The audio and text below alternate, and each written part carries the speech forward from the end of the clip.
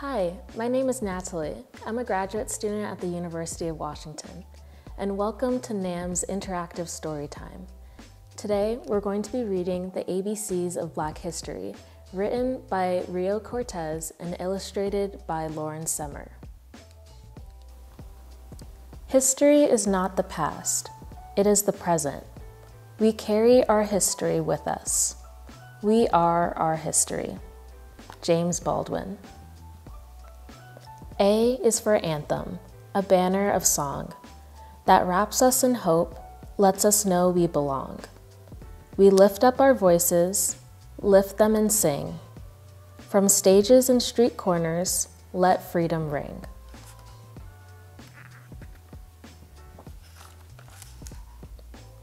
B is for beautiful. I'm talking to you. Your voice, your height, your hair, your hue. B is for brave, for bright, and for bold. For those who stood up, even when they were told to step back, stand down, remember their place. B is for brotherhood, for believing in grace.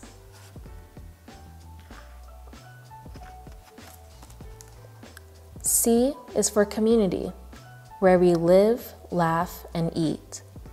And for church, where we worship, mourn, sing, and meet. Did you hear Reverend King preach on his dream of civil rights, human rights, a powerful theme?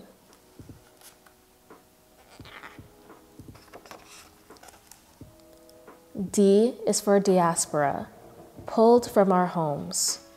We were carried away in ships on the foam to Haiti, Cuba, America, Brazil.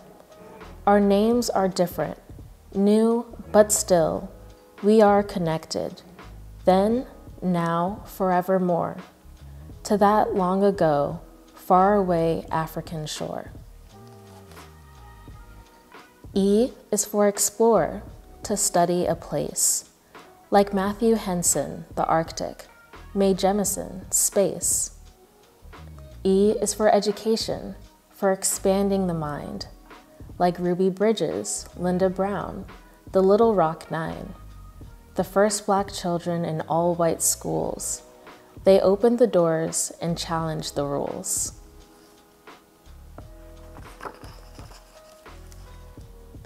F is for food, grown and farmed with our hands, worked and tilled and pulled from the land. For fried fish, ham hocks, warm buttermilk bread, or maybe the sharp taste of mustards instead. F is for folklore by the light of the moon, for family, for freedom, for jumping the broom.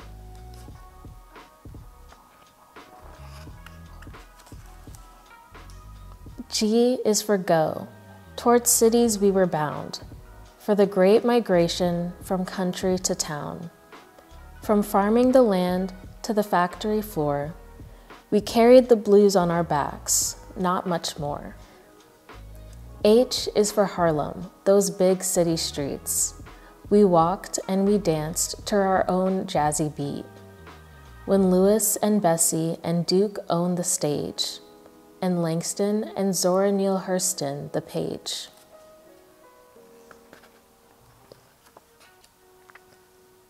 I is for imagine, invent, innovative. For all of those ways, we are so creative.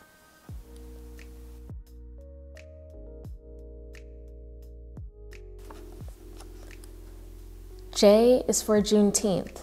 We were finally free, or so we hoped in this moment of glee. J is for Jouvert, when the drummers drum drum. From Trinidad, Grenada, and Haiti they come.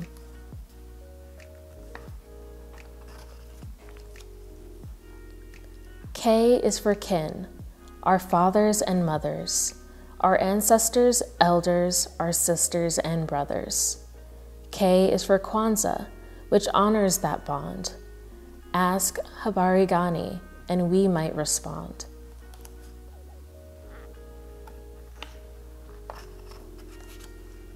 L is for love, L is for love. L is always for love. M is for march, for lifting our feet, taking the movement, the cause to the street. Black lives matter, every breath, every dream, every thought, each idea, each impossible scheme. The might of our message is easy to hear. The drumbeat of hope is louder than fear.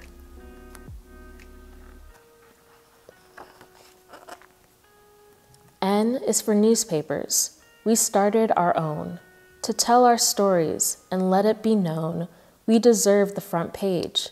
We deserve to be seen, and to also be featured in slick magazines.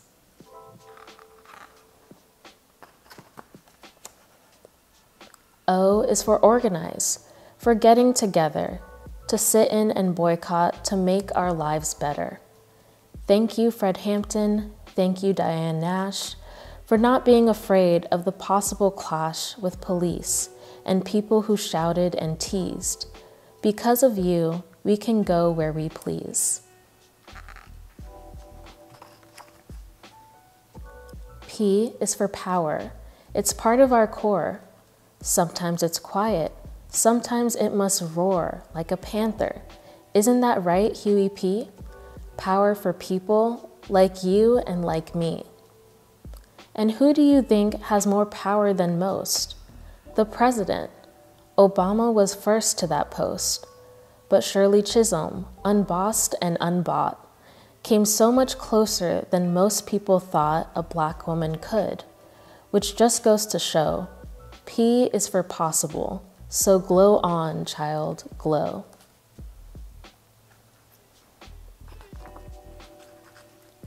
Q is for queens, behold and bow down. Shield your eyes from the shine of their crowns.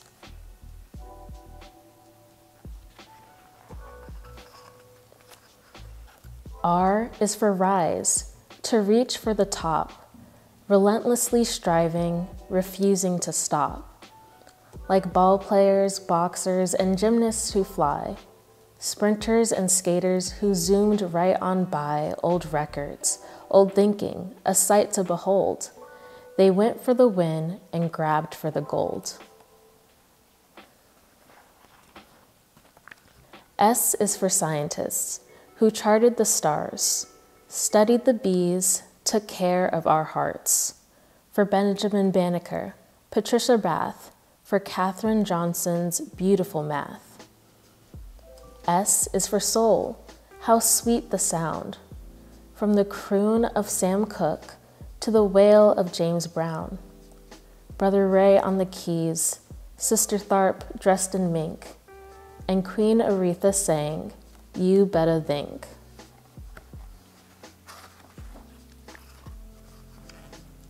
T is for Tuskegee, an all-Black school where students learned trades and toiled with tools.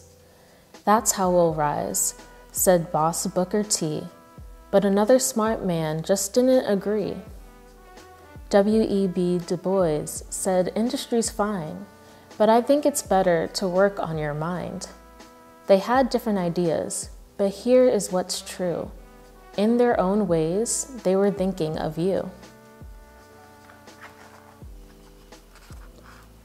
U is for United States. This story is tough. The birth of a nation was deadly for us. We the people in the land of the free? No one who was enslaved would agree. U is for unbroken, unshaken, unbound, like Harriet Tubman, who went underground, took back her freedom and freed hundreds more, some as a spy in the Great Civil War. But when the states were united again, the fight for our freedom and lives didn't end. So U is for unfinished, this American tale. With courage and strength, we will prevail.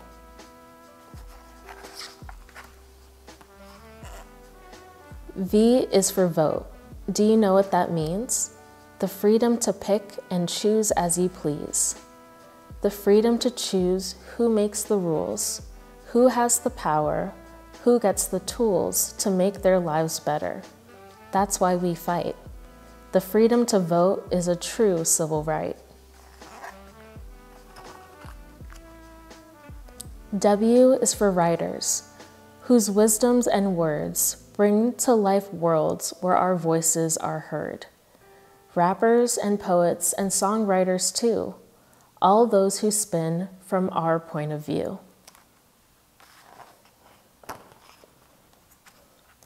X is for Malcolm, Malik El Shabazz, known also as Red, Malcolm Little El Hajj. By any means necessary, he insisted on change. Starting with X, he reclaimed his name. Y is for young, gifted and black, like Lady Lorraine, who never looked back. She wrote of big dreams in rooms so small. It's hard to believe they were dreamed in at all. Lorraine and her work moved Nina Simone, so much that Nina made work of her own. Young, gifted, and black, a banner of song that wraps us in hope, lets us know we belong.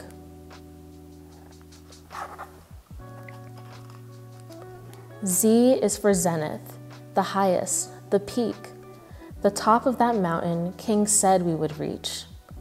He won't get there with us, but still we march on, rising, rising, like the sun with the dawn.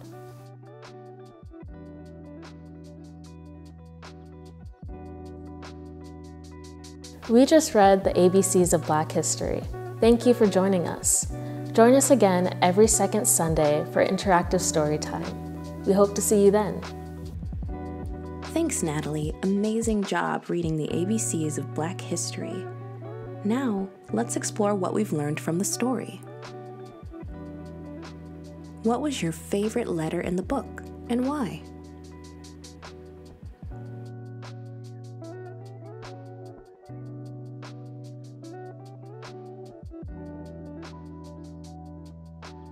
Who was your favorite historical person in the book, and why?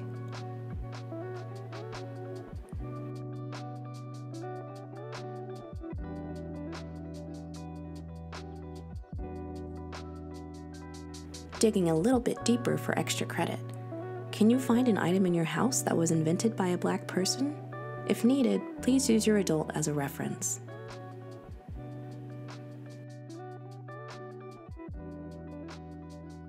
Please share your findings in the chat or on social media and tag @NAAMNW.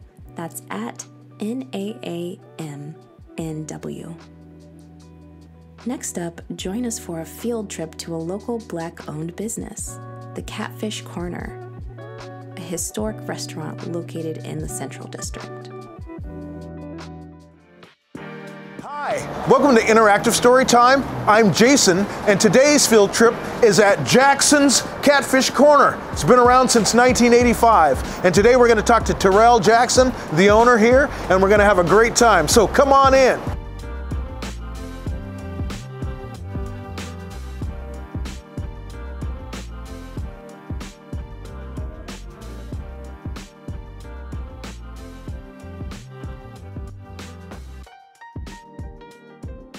Hello, and welcome to our Interactive Storytime field trip. And today we're here at Catfish Corner on the corner of 23rd and Jackson Street, right here in the Central District in Seattle, Washington. The original Catfish Corner was located on the corner of Martin Luther King Way and Cherry Street, and it was established in August of 1985, and it became a staple in Seattle. The owners of the restaurant decided to close it down around 2009. And their grandson, Terrell Jackson here, brought it back in 2016 on the sidewalk in a tent on the south end. So we're here with Terrell Jackson today, the grandson of the original founders. Tell us, Terrell, tell us a little bit about you growing up in the restaurant business around your grandparents when you were just a little guy. What was that like? I remember getting up early in the morning with my grandfather, getting up early, getting the supplies with him, you know, bringing it in the restaurant, and then watching the guys bring the things off the truck, bringing it inside, and getting the business going for the day, you know. And, right. So I started off doing that, and jumped in as a dishwasher, and learned the great customer service skills from my grandmother. And I would have never thought that 2022 I would have a business on the corner of 23rd and Jackson. Right. But dreams come true for sure. So what inspired you as an adult to take over your grandparents' legacy and take over the business? Well, to be honest with you, I was doing construction, and the restaurant has been closed for 5 years. And I was somewhere out eating one day, and I heard a young kid say, you know, his mother was talking about Catfish Corner, and the young kid said, I've never had Catfish Corner. And just hearing that was like mind blowing, that how you from Seattle and never had Catfish Corner, you know? And then that has really inspired me to get the taste back out there to the public, and just to bring this family legacy back. Tell us, now when you took over the business, did you face a lot of challenges getting it going and getting it resurrected? Well, I actually did. Well, like you mentioned, the original location was on the corner of Martin Luther King and Cherry. And when it closed down, I actually went back to that same location and tried to get it back, thinking it should be super easy, being I'm the grandson of the original owners. So my grandparents was paying a certain amount of rent. And this is when the Central District was gentrifying and things were changing. And I asked the man how much would the rent be, and he doubled the price of the rent. Right, he was just like, it's gonna be this much. I'm like, whoa, why? Well, you know, I know the original price. He's like, man, this is the new Central District. Either take it or leave it. And wow. Then I didn't have the funds to open up a restaurant or just come at him with that. So that made me realize back then that, hey, things are changing. And so that's why I decided just to start the business back up in the tent on the sidewalk. First, I mean, we're all African-American staff here. It's a warm feeling, you know. Like I said, my grandmother's coming to customer service. We have old customers here, new customers here. There's not somebody that's African-American. We have white, black, Chinese, Asian, all ethnics come through these doors. And they're all loved, and they all love the product, you know. And, I think this is a place in the community where all people can come and enjoy themselves, enjoy each other, enjoy the food, and walk out here with an experience. And it's not just I don't want people to come here just for a restaurant experience. It's got to be like an experience, like, I know Sam, I know this, I seen Terrell, it's all smiles, you know, like, this has to be a welcoming place. And this is what it should be every time you walk through these doors. Yeah, I grew up in the Central District, and every time I come into this area, I see people, and especially when I come into this restaurant, people are smiling, people are happy. You can see your friends here. You might run into a neighbor, so it's a great atmosphere. Does Catfish Corner have any other locations that you're planning on maybe opening, or any new restaurants? You know, people walk through these doors and always give me an idea. You're come to Bellevue, come this. Well, coming from the horse's mouth, as they would say, you know, I honestly, I've had a lot of love and support in the Portland, Oregon area. They show me a lot of support. I would love to have a location in the Spanaway, Tacoma areas for the Army people, and also either in Everett. You know, keep it distance far enough so people will travel for the great product. I don't want a whole bunch of pop-up shops just everywhere. You know, I want this to be a unique taste, and people have to travel for it, because you will travel for something that you really want. Yeah, that's great. Well, I want to thank you so much, Terrell, for allowing us to come in here to this beautiful restaurant. And if you out there, if you're traveling in the CD and you're hungry and you want some great food, come on down here to Catfish Corner. You can get yourself some great catfish and a couple of sides. They have a very extensive menu. And for all you young people who are thinking about one day owning a business or having a business of your own, you can be inspired by Terrell, and you can dream and let your dreams take you as far as you can go. And so thank you so much for joining us, and thank you for watching, and we'll see you next time.